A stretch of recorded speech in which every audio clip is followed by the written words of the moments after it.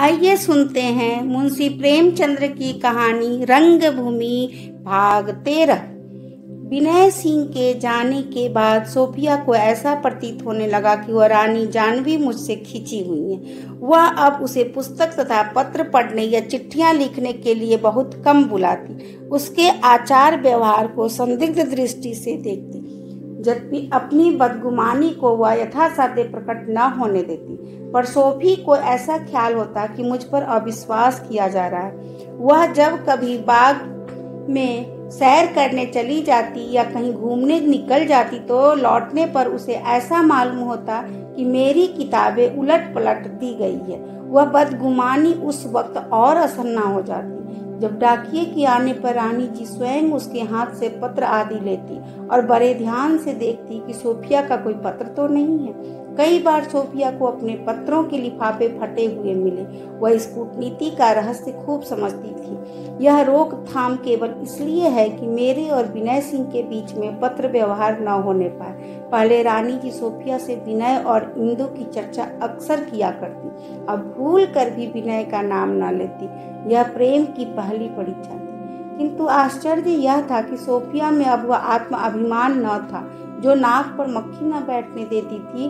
वह अब अत्यंत सहनशील हो गई थी। रानी जी से द्वेष करने के बदले वह उनकी संशय निवृत्ति के लिए अवसर खोजा करती थी। उसे रानी जी का बर्ताव सर्वथा न्याय संगत मालूम होता था। वह सोचती, इनकी परम अभिलाषा है कि विनय का जीवन आदर्श हो और मैं उनके आत्मसंयम में बाधक न बनूं। मैं उन्हें कैसे समझाऊं कि आपकी अभिलाषा को मेरे हाथों जरा सा भी झोंका न लगेगा। मैं तो स्वयं अपना जीवन एक ऐसे उद्देश्य पर समर्पित कर चुकी हूँ जिसके लिए वह काफी नहीं। मैं स्वयं किसी इच्छा को अपने उद्देश्य मार्ग का कांटा न बनाऊंगी, लेकिन उसे यह अवसर न मिलता था। जो बातें जबान पर नहीं आ सकती उनके लिए कभी अवसर नहीं मिलता। सोफी को बहुधा अपने मन की चंचलता पर खेद होता। वह मन को इधर से हटाने के लिए पुस्तकावलोकन में मगन हो जाना चाहती, लेकिन जब पुस्तक सामने खुली रहती और मन कहीं और जा पहुंचता तो वह झुंझला कर पुस्तक बंद कर देती और सोचती, यह मेरी क्या दशा है। क्या माया यह कपट रूप धारण करके मुझे सन्मार्ग से विचलित करना चाहती है। मैं जानकर क्यों अनजान बनी जाती हूँ। अब प्रतिज्ञा करती हूँ कि मैं इस कांटे को हृदय से निकाल डालूंगी। लेकिन प्रेम ग्रस्त प्राणियों की प्रतिज्ञा कायर की समर लालसा है जो द्वंद्वी को ललकार सुनते ही विलुप्त हो जाती है। सोफिया विनय को तो भूल जाना चाहती थी, पर इसके साथ ही शंकित रहती थी कहीं वह मुझे भूल न जाए। जब कई दिनों तक उनका कोई समाचार नहीं मिला तो उसने समझा मुझे भूल गए, जरूर भूल गए। मुझे इनका पता मालूम होता तो कदाचित रोज एक पत्र लिखती, दिन में कई कई पत्र भेजती, पर उन्हें एक पत्र लिखने का भी अवकाश नहीं। वह मुझे भूल जाने का उद्योग कर रहे हैं। अच्छा ही है वह एक क्रिश्चियन स्त्री से क्यों प्रेम करने लगे। उनके लिए एक से एक परम सुंदरी सुशिक्षिता प्रेम परायण राजकुमारियां नहीं है। एक दिन इन भावनाओं ने उसे इतना व्याकुल किया कि वह रानी के कमरे में जाकर विनय के पत्रों को पढ़ने लगी और एक क्षण में जितने पत्र मिले सब पढ़ डाले। देखो मेरी ओर कोई संकेत है या नहीं, कोई वाक्य ऐसा है जिसमें से प्रेम की सुगंध आए। किंतु ऐसा शब्द एक भी न मिला जिससे वह खींच तान कर भी कोई गुप्त आशय निकाल सकती। हाँ, उस पहाड़ी देश में जिन कठिनाइयों को अतिशोक्ति से प्रेम है, उन बाधाओं पर विजय पाकर नहीं, उनकी विशद व्याख्या करके अपना महत्व बढ़ाना चाहते हैं। अगर सामान्य ज्वर है तो वह सन्निपात कहा जाता है। एक दिन पहाड़ों में चलना पड़ा तो नित्य पहाड़ों से सिर टकराना कहा जाता है। विनय सिंह के पत्र ऐसी ही वीर कथाओं से भरे हुए थे। सोफिया यह हाल पढ़कर विकल हो गई। वह इतनी विपत्ति झेल रहे हैं और मैं यहाँ आराम से पड़ी हूँ। वह इसी उद्योग में अपने कमरे में आई और विनय को एक लंबा पत्र लिखा जिसका एक एक शब्द प्रेम में डूबा हुआ था। अंत में उसने बड़े प्रेम विनीत से शब्दों में प्रार्थना की कि मुझे अपने पास आने की आज्ञा दीजिए, मैं अब यहाँ नहीं रह सकती। उसकी शैली अज्ञात रूप से कवित्वमय हो गई। पत्र समाप्त करके वह उसी वक्त ही के लेटर बॉक्स में डाल आई। पत्र डाल आने के बाद जब उसका उद्योग शांत हुआ तो उसे विचार आया कि मेरा रानी जी के कमरे में छिप कर जाना और पत्रों को पढ़ना किसी तरह उचित न था। वह सारे दिन इसी चिंता में पड़ी रही, बार बार अपने को धिक्कारती, ईश्वर मैं कितनी अभागिनी हूँ, मुझे अपना जीवन सच्चे धर्म की जिज्ञासा पर अर्पण कर दिया था। वर्षों से सत्य की मीमांसा में रत हूँ, पर वासना की पहली ठोकर में नीचे गिर पड़ी। मैं क्यों इतनी दुर्बल हो गई हूँ? क्या मेरा पवित्र उद्देश्य वासनाओं के भंवर में पड़कर डूब जाएगा? मेरी आदत इतनी बुरी हो जाएगी कि मैं किसी की वस्तुओं की चोरी करूंगी? इसकी मैंने कभी कल्पना भी न की थी। जिनका मुझ पर इतना विश्वास, इतना भरोसा, इतना प्रेम, इतना आदर है, उन्हीं के साथ मेरा यह विश्वासघात। अगर अभी यह दशा है तो भगवान ही जाने आगे चलकर क्या दशा होगी, जिससे तो कहीं अच्छा है कि जीवन का अंत हो जाए। आह, वह पत्र जो मैं अभी छोड़ आई हूँ वापस मिल जाता तो मैं फाड़ डालती। वह इसी चिंता में और ग्लानि में बैठी हुई थी कि रानी जी कमरे में आई। सोफिया उठ खड़ी हुई, अपनी आंखें छिपाने के लिए जमीन की ओर ताकने लगी, किंतु आंसू पी जाना आसान नहीं है। रानी ने कठोर स्वर में पूछा, सोफी क्यों रोती है? जब हम अपनी भूल पर लज्जित होते हैं तो यथार्थ बात आप हमारे मुंह से निकल पड़ती है। सोफी हिचकती हुई बोली, जी कुछ नहीं, मुझसे एक अपराध हो गया है, आपसे क्षमा मांगती हूँ। रानी ने और भी तीव्र स्वर में पूछा, क्या बात है? सोफी, आज जब आप सैर करने गई थी तो मैं आपके कमरे में चली गई थी। रानी, क्या काम था? सोफी लज्जा से आरक्त होकर बोली, मैंने आपकी कोई चीज नहीं छुई। रानी, मैं तुम्हें इतना नीच नहीं समझती। सोफी, एक पत्र देखना था। रानी, विनय सिंह का? सोफिया ने सिर झुका लिया। वह अपनी दृष्टि में स्वयं इतनी पतित हो गई थी कि जी चाहता था जमीन फट जाती और उसमें समा जाती। रानी ने तिरस्कार के भाव से कहा, सोफी तुम मुझे कृतज्ञ समझोगी, मगर मैंने तुम्हें अपने घर में रखकर बड़ी भूल की। ऐसी भूल मैंने कभी न की थी। मैं न जानती थी कि तुम आस्तीन का सांप बनोगी। इससे बहुत अच्छा होता कि विनय उसी दिन आग में जल गया होता, तब मुझे इतना दुख न होता। मैं तुम्हारे आचरण को पहले न समझी, मेरी आंखों पर पर्दा पड़ा था। तुम जानती हो मैंने क्यों विनय को इतनी जल्द यहाँ से भगा दिया? तुम्हारे कारण, तुम्हारे प्रेमाघातों से बचाने के लिए। लेकिन अब भी तुम भाग्य की भांति उसका दामन नहीं छोड़ती। आखिर तुम उससे क्या चाहती हो? तुम्हें मालूम है तुमसे उसका विवाह नहीं हो सकता। अगर मैं हैसियत और कुल मर्यादा का विचार न करूं तो भी तुम्हारे और हमारे बीच में धर्म की दीवार खड़ी है। इस प्रेम का फल इसके सिवा और क्या होगा कि तुम अपने साथ उसे भी ले डूबोगी और मेरी चिर संचित अभिलाषाओं को मिट्टी में मिला दोगी। मैं विनय को ऐसा मनुष्य बनाना चाहती हूँ जिस पर समाज को गर्व हो, जिसके हृदय में अनुराग हो, साहस हो, धैर्य हो, जो संकटों के सामने मुंह न मोड़े, जो सेवा के हेतु सदैव सिर को हथेली पर लिए रहे, जिसमें विलासिता का लेश भी न हो, जो धर्म पर अपने को मिटा दे। मैं उसे सपूत बेटा, निश्चल मित्र और निस्वार्थ सेवक बनाना चाहती हूँ। मुझे उसके विवाह की लालसा नहीं, अपने पोतों को गोद में खिलाने का विलासा नहीं।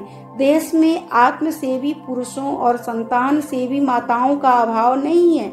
धरती उनके बोझ से दबी जाती है। मैं अपने बेटे को सच्चा राजपूत बनाना चाहती हूँ। आज वह किसी की रक्षा के निमित्त अपने प्राण दे दे तो मुझसे अधिक भाग्यवती माता संसार में न होगी। तुम मेरे इस स्वर्ण स्वप्न को विच्छिन्न कर रही हो। मैं तुमसे सत्य करती हूँ सोफी, अगर तुम्हारे उपकार के बोझ से दबी न होती तो मैं तुम्हें इस दशा में विष देकर मार्ग से हटा देना अपना कर्तव्य समझती। मैं राजपूतनी हूँ, मरना भी जानती हूँ और मारना भी जानती हूँ। इसके पहले कि तुम्हें विनय से पत्र व्यवहार करते देखूं, मैं तुम्हारा गला घोट दूंगी। तुमसे भिक्षा मांगती हूँ, विनय को अपने प्रेम पास में फंसाने की चेष्टा न करो, नहीं तो इसका फल बुरा होगा। तुम्हें ईश्वर ने बुद्धि दी है, विवेक दिया है, विवेक से काम लो, मेरे कुल का सर्वनाश न करो। सोफी ने रोते हुए कहा, मुझे आज्ञा दीजिए, आज चली जाऊं। रानी कुछ नरम होकर बोली, मैं तुम्हें जाने को नहीं कहती, तुम मेरे सिर और आंखों पर रहो। लज्जित होकर मेरे मुंह से इस समय जो कटु शब्द निकलते हैं उनके लिए क्षमा करो। वृद्धावस्था बड़ी अविनयशील होती है। यह तुम्हारा घर है, शौक से रहो। विनय अब शायद फिर न आएगा। हाँ, वह शेर का सामना कर सकता है, पर मेरे क्रोध का सामना नहीं कर सकता। वह वन की पत्तियां तोड़ेगा, पर घर न आएगा। अगर तुम्हें उससे प्रेम है तो अपने को उसके हित के लिए बलिदान करने को तैयार हो जाओ। अब उसकी जीवन रक्षा का केवल एक ही उपाय है। जानती हो वह क्या है? सोफी ने सिर हिलाकर कहा, नहीं। रानी, जानना चाहती हो? सोफी ने सिर हिलाकर कहा, हाँ रानी, आत्मसमर्पण के लिए तैयार हूँ। सोफी ने फिर सिर हिलाकर कहा, हाँ रानी, तो तुम किसी सुयोग्य पुरुष से विवाह कर लो।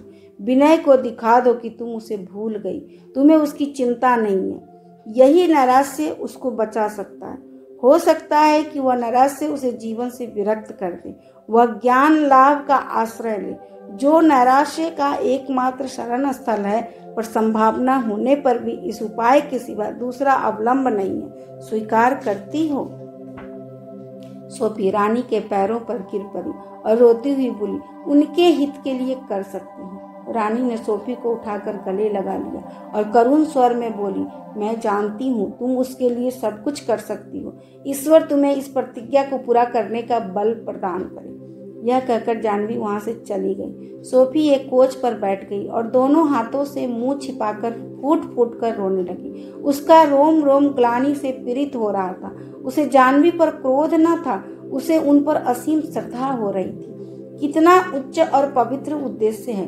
वास्तव में मैं ही दूध की मक्खी हूँ, मुझको निकल जाना चाहिए। लेकिन रानी का अंतिम आदेश उसके लिए सबसे कड़वा ग्रास था। वो योगिनी बन सकती थी, पर प्रेम को कलंकित करने की कल्पना ही से घृणा होती थी। उसकी दशा से उस रोगी सी थी जो किसी बाग में सैर करने जाए और फल तोड़ने के अपराध में पकड़ लिया जाए। विनय के त्याग ने उसे उनका भक्त बना दिया। भक्ति ने शीघ्र ही प्रेम का रूप धारण किया और वही प्रेम उसे बलात् नारकीय अंधकार की ओर खींचे लिए जाता था। अगर वह हाथ पर छुड़ाती है तो भय है कि इसके आगे कुछ न सोच सकी। विचार शक्ति शिथिल हो गई। अंत में सारी चिंताएं, सारी ग्लानि, सारा नैराश्य, सारी विडंबना एक ठंडी सांस में विलीन हो गई।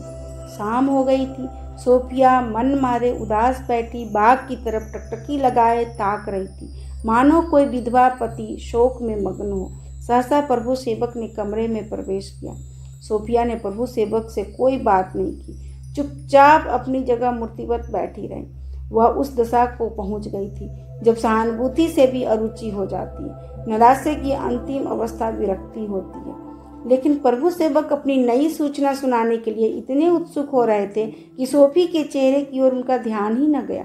आते ही आते बोले, सोफी देखो, मैंने आज रात को यह कविता लिखी है, जरा ध्यान देकर सुनना। मैंने अभी कुंवर साहब को सुनाई है, उन्हें बहुत आनंद आई। यह कहकर प्रभु सेवक ने मधुर स्वर में अपनी कविता सुनानी शुरू की। कवि ने मृत्यु लोक के एक दुखी प्राणी के हृदय के भाव व्यक्त किए थे, जो तारागण को देख कर उठे। वह एक एक चरण झूम झूम कर पढ़ते थे और दो दो तीन तीन बार दोहराते थे, किंतु सोफिया ने एक बार भी दाद न दी, मानो वह काव्य रस शून्य हो गई थी। जब पूरी कविता समाप्त हो गई तो प्रभु सेवक ने पूछा, इसके विषय में तुम्हारा क्या विचार है? सोफिया ने कहा, अच्छी तो है। प्रभु सेवक, मेरी सुक्तियों पर तुमने ध्यान नहीं दिया। तारागण की आज तक किसी कवि ने देवात्माओं से उपमा नहीं दी है। मुझे तो विश्वास है कि इस कविता के प्रकाशित होते ही कवि समाज में हलचल मच जाएगी। सोफिया, मुझे तो याद आता है कि शैली और वर्ड्सवर्थ इस उपमा को पहले ही बांध चुके हैं। यहाँ के कवियों ने भी कुछ ऐसा ही वर्णन किया है। कदाचित ह्यूगो की एक कविता का शीर्षक भी यही है। संभव है तुम्हारी कल्पना उन कवियों से लड़ गई हो। प्रभु सेवक, मैंने काव्य साहित्य तुमसे बहुत ज्यादा देखा है, पर मुझे कहीं यह उपमा नहीं दिखाई दी। सोफिया, खैर हो सकता है मुझे को याद ना होगा। कविता बुरी नहीं है। प्रभु सेवक, अगर कोई दूसरा कवि यह चमत्कार दिखा दे तो उसकी गुलामी करूं। सोफिया, तो मैं कहूंगी तुम्हारी निगाह में अपनी स्वाधीनता का मूल्य बहुत ज्यादा नहीं है। प्रभु सेवक, तो मैं भी यही कहूंगा कि कवित्व के रसास्वादन के लिए अभी तुम्हें बहुत अभ्यास करने की जरूरत है। सोफिया, मुझे अपने जीवन में इससे अधिक महत्व के काम करने हैं। आजकल घर के क्या समाचार हैं? प्रभु से वही पुरानी दशा चली आती है। मैं तो आजीज हो गया हूँ। पापा को अपने कारखाने की धुन लगी हुई है और मुझे उस काम से घृणा है। पापा और मम्मा दोनों हरदम भुनभुनाते रहते हैं। किसी का मुंह ही नहीं सीधा होता, कहीं ठिकाना नहीं मिलता, नहीं तो इस माया के घोंसले में एक दिन भी न रहता। कहाँ जाऊं, कुछ समझ में नहीं आता। सोफिया, बड़े आश्चर्य की बात है कि इतने गुणी और विद्वान होकर भी तुम्हें अपने निर्वाह का कोई उपाय नहीं सूझता। क्या कल्पना के संसार में आत्मसम्मान का कोई स्थान नहीं है? प्रभु सेवक, सोफी, मैं और सब कुछ कर सकता हूँ, पर गृह चिंता का बोझ नहीं उठा सकता। मैं निर्द्वंद निश्चिंत निवृत्त रहना चाहता हूँ। एक सुरम्य उपवन में किसी सघन वृक्ष के नीचे पक्षियों का मधुर कलरव सुनता हुआ काव्य चिंतन में मग्न पड़ा रहूं, यही मेरे जीवन का आदर्श है। सोफिया, तुम्हारी जिंदगी इसी भांति स्वप्न देखने में गुजरेगी। प्रभु सेवक, कुछ हो, चिंता से तो मुक्त हूँ, स्वच्छंद तो हूँ। सोफिया, जहाँ आत्मा और सिद्धांतों की हत्या होती हो, वहां से स्वच्छंदता कोसों भागती है। मैं इसे स्वच्छंदता नहीं कहती, यह निर्लज्जता है। माता पिता की निर्दयता कम पीड़ाजनक नहीं होती, बल्कि दूसरों का अत्याचार इतना असन्ना नहीं होता जितना माता पिता का। प्रभु से कहो, देखा जाएगा, सिर पर जो आ जाएगी झेल लूंगा, मरने के पहले ही क्यों रोऊं। यह सुनकर प्रभु सेवक ने पांडेपुर की घटना बयान की और इतनी डींग मारी कि सोफी चिढ़ कर बोली, रहने भी दो, एक गवार को पीट लिया तो कौन सा बड़ा काम किया। अपनी कविताओं में तो अहिंसा के देवता बन जाते हो, वहां जरा सी बात पर इतने जामे से बाहर हो गए। प्रभु सेवक, गाली सह लेता। सोफिया, जब तुम मारने वालों को मारोगे, गाली देने वालों को भी मारोगे, तो अहिंसा का निर्वाह कब करोगे? राह चलते तो किसी को कोई नहीं मारता। वास्तव में किसी युवक को उपदेश करने का अधिकार नहीं है, चाहे उसकी कवित्व शक्ति कितनी ही विलक्षण हो। उपदेश करना सिद्ध पुरुषों का ही काम है। यह नहीं कि जिसे जरा तुकबंदी आ गई वह लगा शांति और अहिंसा का पाठ पढ़ाने। जो बात दूसरों को सिखलाना चाहते हो वह पहले स्वयं सीख लो। प्रभु सेवक, ठीक यही बात विनय ने भी अपने पत्र में लिखी है। लो, याद आ गया, यह तुम्हारा पत्र है। मुझे याद ही न रही थी, यह प्रसंग न आ जाता तो जेब में रखे ही लौट जाता। यह कहकर प्रभु सेवक ने एक लिफाफा निकालकर सोफिया के हाथ में रख दिया। सोफिया ने पूछा, आजकल कहाँ है? प्रभु सेवक, उदयपुर के पहाड़ी प्रांतों में घूम रहे हैं। मेरे नाम जो पत्र आया है उसमें तो उन्होंने साफ लिखा है कि मैं इस सेवा कार्य के लिए सर्वथा अयोग्य हूँ। मुझ में कितनी सहनशीलता नहीं जितनी होनी चाहिए। युवा अवस्था अनुभव लाभ का समय है। अवस्था प्रौढ़ हो जाने पर ही सार्वजनिक कार्यों में सम्मिलित होना चाहिए। किसी युवक को सेवा कार्य करने को भेजना वैसा ही है जैसे किसी बच्चे वैद्य रोगियों के कष्ट निवारण के लिए भेजना। प्रभु सेवक चले गए तो सोफिया सोचने लगी, यह पत्र पढ़ूं या न पढ़ूं। विनय इसे रानी जी से गुप्त रखना चाहते हैं, नहीं तो यहीं के पते से भेजते। मैंने अभी रानी जी को वचन दिया है, उसमें पत्र व्यवहार न करूंगी। इस पत्र को खोलना उचित नहीं, रानी जी को दिखा दूं, इससे उनके मन में मुझ पर जो संदेह है वह दूर हो जाएगा। मगर न जाने क्या बातें लिखी हैं, संभव है कोई ऐसी बातें हो जो रानी के क्रोध को और भी उत्तेजित कर दे। नहीं, इस पत्र को गुप्त ही रखना चाहिए, रानी को दिखाना मुनासिब नहीं। उसने फिर सोचा, पढ़ने से क्या फायदा, न जाने मेरे चित्त की क्या दशा हो। मुझे अब अपने ऊपर विश्वास नहीं रहा। जब इस प्रेमांकुर की जड़ में उखाड़ना नहीं है तो उसे क्यों सींचूं? इस पत्र को रानी के हवाले ही कर देना उचित है। सोफिया ने और ज्यादा सोच विचार नहीं किया। शंका हुई कहीं मैं विचलित न हो जाऊं। चलनी में पानी नहीं ठहरता। उसने उसी वक्त वह पत्र ले जाकर रानी को दे दिया। उन्होंने पूछा, किसका पत्र है? यह तो विनय की लिखावट जान पड़ती है। तुम्हारे नाम आया है ना? तुमने लिफाफा खोला नहीं? सोफिया, जी नहीं। रानी ने प्रसन्न होकर कहा, मैं तुम्हें आज्ञा देती हूँ, पढ़ो। तुमने अपना वचन पालन किया, इससे मैं बहुत खुश हूँ। सोफिया, मुझे क्षमा कीजिए। रानी, मैं खुशी से कहती हूँ, पढ़ो, देखो क्या लिखते हैं। सोफिया, जी नहीं। रानी ने पत्र ज्यों का त्यों संदूक में बंद कर दिया, खुद भी नहीं पढ़ा, कारण यह नीति विरुद्ध था। तब सोफिया से बोली, बेटी, अब मेरी तुमसे एक और याचना है। विनय को एक पत्र लिखो और उसमें स्पष्ट लिख दो, हमारा और तुम्हारा कल्याण इसमें है कि हमें केवल भाई और बहन का संबंध रहे। तुम्हारे पत्र से यह प्रकट होना चाहिए कि तुम उसके प्रेम की अपेक्षा उनके जाति भावों की ज्यादा कद्र करती हो। तुम्हारा यह पत्र मेरे और उनके पिता के हजारों उपदेशों से अधिक प्रभावशाली होगा। मुझे विश्वास है तुम्हारे पत्र आते ही उनकी चेष्टाएं बदल जाएगी और वह कर्तव्य मार्ग पर सुदृढ़ हो जाएंगे।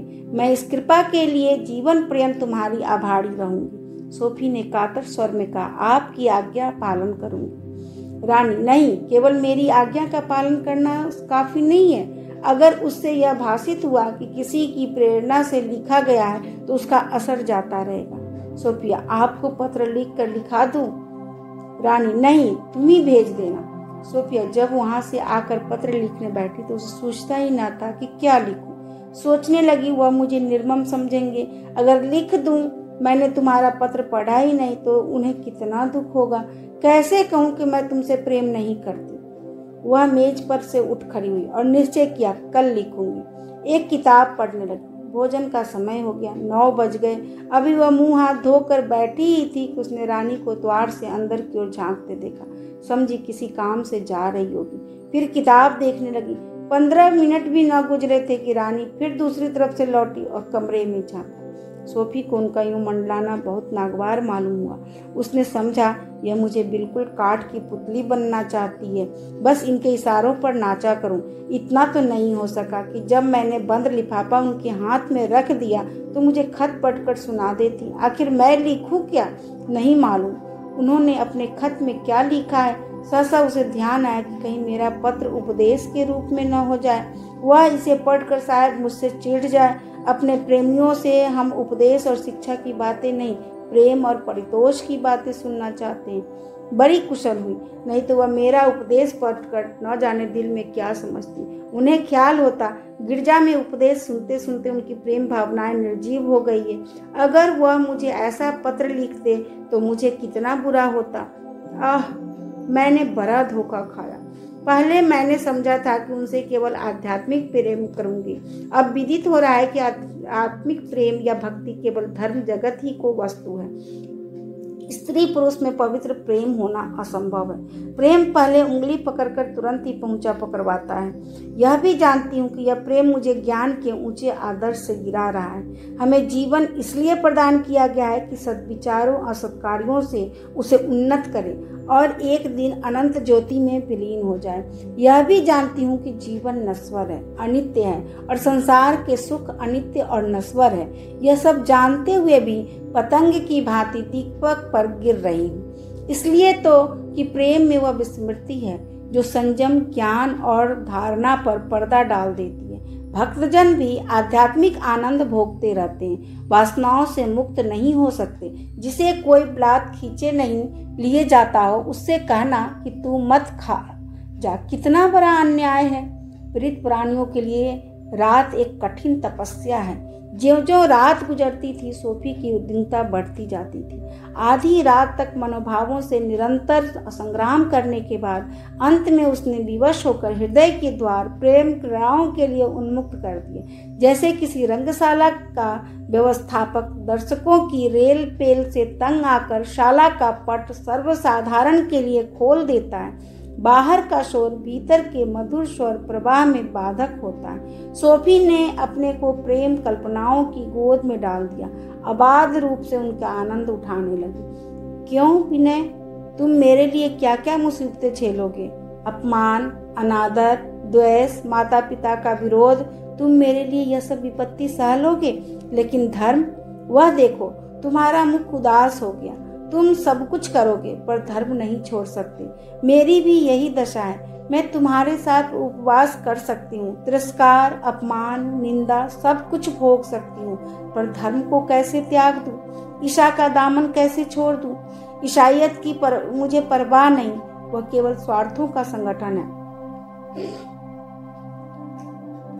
लेकिन उस पवित्र आत्मा को क्यों कर मुंह मोड़ दूं, जो क्षमा और दया का अवतार थी?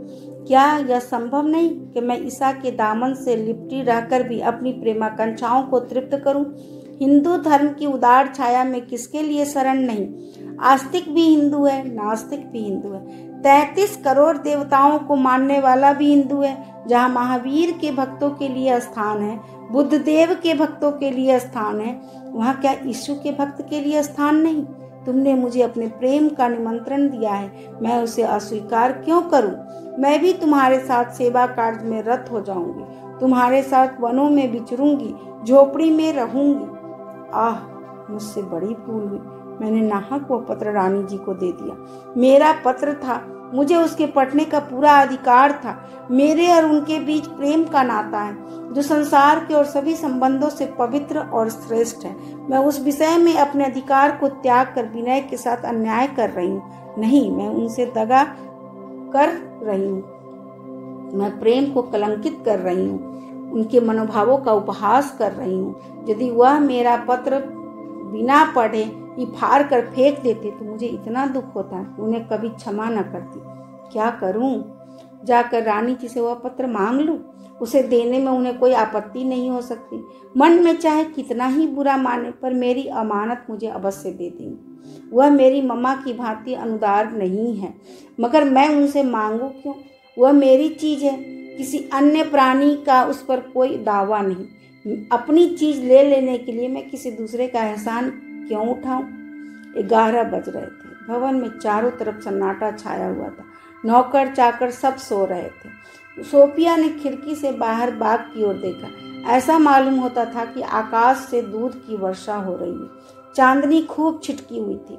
संगमरमर की दोनों परियां जो हौज के किनारे खड़ी थी, उसे निस्वर संगीत की प्रकाशमयी प्रतिमाओं से प्रतीत होती थी, जिससे सारी प्रकृति उल्लसित हो रही थी। सोफिया के हृदय में प्रबल उत्कंठा हुई कि इसी क्षण चलकर अपना पत्र लाऊं। वह दृढ़ संकल्प करके अपने कमरे से निकली और निर्भय होकर रानी जी के दीवान खाने की ओर चली। वह अपने हृदय को बार बार समझा रही थी कि मुझे भय किसका है, अपनी जेब लेने जा रही हूँ, कोई मुझे तो उसे साफ साफ कह सकती हूँ, विनय सिंह का नाम लेना कोई पाप नहीं है। किंतु निरंतर यह आश्वासन मिलने पर भी उसके कदम इतनी सावधानी से उठते थे कि बरामदे के पक्के फर्श पर भी कोई आहट न होती थी। उसकी मुखाकृति से वह अशांति झलक रही थी, जो आंतरिक दुश्चिंता का चिन्ह है। वह सहमी हुई आंखों से दाहिने बाएं आगे पीछे ताकती जाती थी। जरा सा भी कोई खटका होता तो उसके पांव स्वतः रुक जाते थे और वह बरामदे के खंभों की आड़ में छिप जाती थी। रास्ते में कई कमरे थे, जबकि उनमें अंधेरा था, रोशनी गुल हो चुकी थी, तो भी वह दरवाजे पर एक क्षण के लिए रुक जाती थी कि कोई उनमें बैठा न हो। सहसा एक टेरियन कुत्ता, जिसे रानी जी बहुत प्यार करती थी, सामने से आता हुआ दिखाई दिया। सोफी के रोए खड़े हो गए। इसने जरा भी मुंह खोला और सारे घर में हलचल हुई। कुत्ते ने उसकी ओर सशंक नेत्रों से देखा और अपने निर्णय की सूचना देना ही चाहता था कि सोफिया ने धीरे से उसका नाम लिया और उसे गोद में उठाकर उसकी पीठ सहलाने लगी। कुत्ता दुम हिलाने लगा, लेकिन अपनी राह जाने के बदले वह सोफिया के साथ हो लिया। कदाचित उसकी पशु चेतना तार रही थी कि कुछ दाल में काला जरूर है। इस प्रकार 5 कमरे को बाद रानी जी का दीवान खाना मिला। उसके द्वार खुले हुए थे, लेकिन अंदर अंधेरा था। कमरे में बिजली के बटन लगे हुए थे। उंगलियों की एक अति सूक्ष्म गति से कमरे में प्रकाश हो सकता था, लेकिन उस समय बटन का दबाना बारूद के ढेरों में दिया सलाई से कम भयकारक न था। प्रकाश से वह कभी इतनी भयभीत न हुई थी। मुश्किल तो यह थी कि प्रकाश के बगैर वह सफल मनोरथ भी न हो सकती थी। यही अमृत भी था और विष भी। उसे क्रोध आ रहा था कि किवारों में शीशे क्यों लगे हुए हैं, पर्दे हैं, वो भी इतने बारीक कि आदमी का मुंह दिखाई देता है। घर न हुआ, कोई सजी हुई दुकान हुई, बिल्कुल अंग्रेजी नकल है, और रोशनी ठंडी करने की जरूरत ही क्या थी? इसमें तो कोई बहुत बड़ी किफायत नहीं हो सकती। हम जब किसी तंग सड़क पर चलते हैं तो हमें सवारियों का आना जाना बहुत ही कष्टदायक जान पड़ता है। जी चाहता है कि इन रास्तों पर सवारियों के आने की रोक होनी चाहिए। हमारा अख्तियार होता तो इन सड़कों पर कोई सवारी न आने देते, विशेषतः मोटरों को। लेकिन उन्हीं सड़कों पर जब हम किसी सवारी पर बैठकर निकलते हैं तो पग पर पथिकों को हटाने के लिए रुकने पर झुंझलाते हैं कि ये सब पटरी पर क्यों नहीं चलते। खामख्वाह बीच में धंसे पड़ते हैं। कठिनाइयों में पड़कर परिस्थिति पर क्रुद्ध होना मानव स्वभाव है। सोफिया कई मिनट तक बिजली के बटन के पास खड़ी रही। बटन दबाने की हिम्मत न पड़ती थी। सारे आंगन में प्रकाश फैल जाएगा, लोग चौंक पड़ेंगे। अंधेरे में सोता हुआ मनुष्य भी उजाला फैलते ही जाग पड़ता है। विवश होकर उसकी मेज को टटोलना शुरू किया। दावात लुढ़क गई, स्याही मेज पर फैल गई और उसके कपड़े पर दाग पड़ गए। उसे विश्वास था कि रानी ने पत्र अपने हैंडबैग में रखा होगा। जरूरी चिट्ठियां उसी में रखती थी। बड़ी मुश्किल से उसे बैग मिला। वह उसमें से एक पत्र निकालकर अंधेरे में देखने लगी। लिफाफे अधिकांश एक ही आकार के थे। निगाहें कुछ काम न कर सकी। आखिर इस तरह मनोरथ पूरा न होते देखकर उसने हैंडबैग उठा लिया और कमरे से बाहर निकली। सोचा, मेरे कमरे में अभी तक रोशनी है, वहां वह पत्र सहज ही में मिल जाएगा। इसे लाकर फिर यहीं रख दूंगी। लेकिन लौटती बार वह इतनी सावधानी से पांव न उठा सकी। आती बार वह पग पर इधर उधर देखती हुई आई थी। अब बड़े वेग से चली आ रही थी। इधर उधर देखने की फुर्सत न थी। खाली हाथ उर्ज की गुंजाइश थी। रंगे हाथों के लिए कोई उर्ज, कोई बहाना नहीं है। अपने कमरे में पहुंचते ही सोफिया ने द्वार बंद कर दिया और पर्दे डाल दिए। गर्मी के मारे सारी देह पसीने से तर थी। हाथ इस तरह कांप रहे थे मानो लकवा गिर गया। वह चिट्ठियों को निकाल कर देखने लगी और पत्रों को केवल देखना ही न था, उन्हें अपनी जगह सावधानी से रखना भी था। पत्रों को एक दफ्तर सामने था। बरसों की चिट्ठियां वहां निर्माण सुख भोग रही थी। सोफिया को उनकी तलाश लेते घंटों गुजर गए। दफ्तर समाप्त होने को आ गया पर वह चीज न मिली। उसे अब कुछ न कुछ निराश होने लगी। यहाँ तक कि अंतिम पत्र भी उलट पलट कर रख दिया गया। तब सोफिया ने एक लंबी सांस ली। उसकी दशा उस मनुष्य की सी थी जो किसी मेले में अपने खोए हुए बंधु को ढूंढता हो। वह चारों ओर आंखें फाड़ फाड़ कर देखता है, उसका नाम लेकर जोर जोर से पुकारता है। उसे भ्रम होता है वह खरा है, लपक कर उसके पास जाता है और लज्जित होकर लौट आता है। अंत में वह निराश होकर जमीन पर बैठ जाता है और रोने लगता है। सोफिया भी रोने लगी। वह पत्र कहाँ गया? रानी ने तो उसे मेरे सामने ही इसी बैग में रख दिया था। उनके और सभी पत्र यहाँ मौजूद है, क्या उसे कहीं और रख दिया? मगर आशा उस घास की भांति है जो ग्रीष्म के ताप से जल जाती है। भूमि पर उसका निशान तक नहीं रहता। धरती ऐसी उज्जवल हो जाती है जैसे टकसाल का नया रुपया, लेकिन पावस की बूंद पड़ते ही फिर जली हुई जड़ें पनपने लगती है। उसी शुष्क स्थल पर हरियाली लहराने लगती है। सोफिया की आशा फिर हरी हुई। कहीं मैं कोई पत्र छोड़ तो नहीं आई? उसने दोबारा पत्रों को पढ़ना शुरू किया और ज्यादा ध्यान देकर एक एक लिफाफे को खोलकर देखने लगी कि कहीं रानी ने उसे किसी दूसरे लिफाफे में रख दिया हो। जब देखा कि इस तरह तो सारी रात गुजर जाएगी, तो उन्हीं लिफाफों को खोलने लगी जो भारी भारी मालूम होते थे। अंत में यह शंका भी मिट गई। उस लिफाफे का कहीं पता न था। अब आशा की जड़ें भी सूख गई, पावस की बूंद न मिली। सोफिया चारपाई पर लेट गई, मानो थक गई। सफलता में अनंत सजीवता होती है, विफलता में असन्ना आसक्ति। आशा मद है, निराशा मद का उतार। नशे में हम मैदान की तरफ दौड़ते हैं, सचेत होकर हम घर में विश्राम करते हैं। आशा जड़ की ओर ले जाती है, निराशा चैतन्य की ओर। आशा आंखें बंद कर देती है, निराशा आंखें खोल देती है। आशा सुलाने वाली थपकी है, निराशा जगाने वाला चाबुक। सोफिया को इस वक्त अपनी नैतिक दुर्बलता पर क्रोध आ रहा था। मैंने व्यर्थ ही अपनी आत्मा के सिर पर यह अपराध मढ़ा। क्या मैं रानी से अपना पत्र न मांग सकती थी? उन्हें उसके देने में जरा भी विलंब न होता। फिर मैंने वह पत्र उन्हें दिया ही क्यों? रानी जी को कहीं मेरा यह कपट व्यवहार मालूम हो गया, और अवश्य ही मालूम हो जाएगा, तो वह मुझे अपने मन में क्या समझेंगी? कदाचित मुझसे नीच और निकृष्ट कोई प्राणी न होगा। सहसा सोफिया के कानों में झाड़ू लगाने की आवाज आई। वह चौंकी। क्या सवेरा हो गया? पर्दा उठाकर द्वार खोला, दिन निकल आया था। उसकी आंखों में अंधेरा छा गया। उसने बड़ी कातर दृष्टि से हैंडबैग की ओर देखा और मूर्ति के सामने खड़ी रह गई। बुद्धि शिथिल हो गई। अपनी दशा और अपने कृत्य पर उसे ऐसा क्रोध आ रहा था कि गर्दन की छुरी फेर लूं। कौन सा मुंह दिखाऊंगी? रानी बहुत तरके उठती है, मुझे अवश्य ही देख लेगी, किंतु अब और हो ही क्या सकता है? भगवान, तुम तीनों के आधार स्तंभ हो, अब लाज तुम्हारे हाथ है, ईश्वर करे अभी रानी न उठी हो। उसकी उस प्रार्थना में कितनी दीनता, कितनी विवशता, कितनी व्यथा, कितनी श्रद्धा और कितनी लज्जा थी। कदाचित इतने शुद्ध हृदय से उसने कभी प्रार्थना न की होगी। अब एक क्षण भी विलंब करने का अवसर न था। उसने बैग उठा लिया और बाहर निकली। आत्मगौरव कभी इतना पद दलित न हुआ होगा। उसके मुंह में कालिख लगी होती है तो शायद वह इस भांति आंखें चुराती हुई न जाती। कोई भद्र पुरुष अपराधी के रूप में बेड़ियां पहने जाता हुआ भी इतना लज्जित न हुआ होगा। जब वह दीवान खाने के द्वार पर पहुंची तो उसका हृदय यूं धड़कने लगा मानो कोई हथौड़ा चला रहा। वह जरा देर ठिठकी, कमरे में झांक कर देखा, रानी बैठी हुई थी। सोफिया की इस समय जो दशा हुई उसकी केवल कल्पना ही की जा सकती है।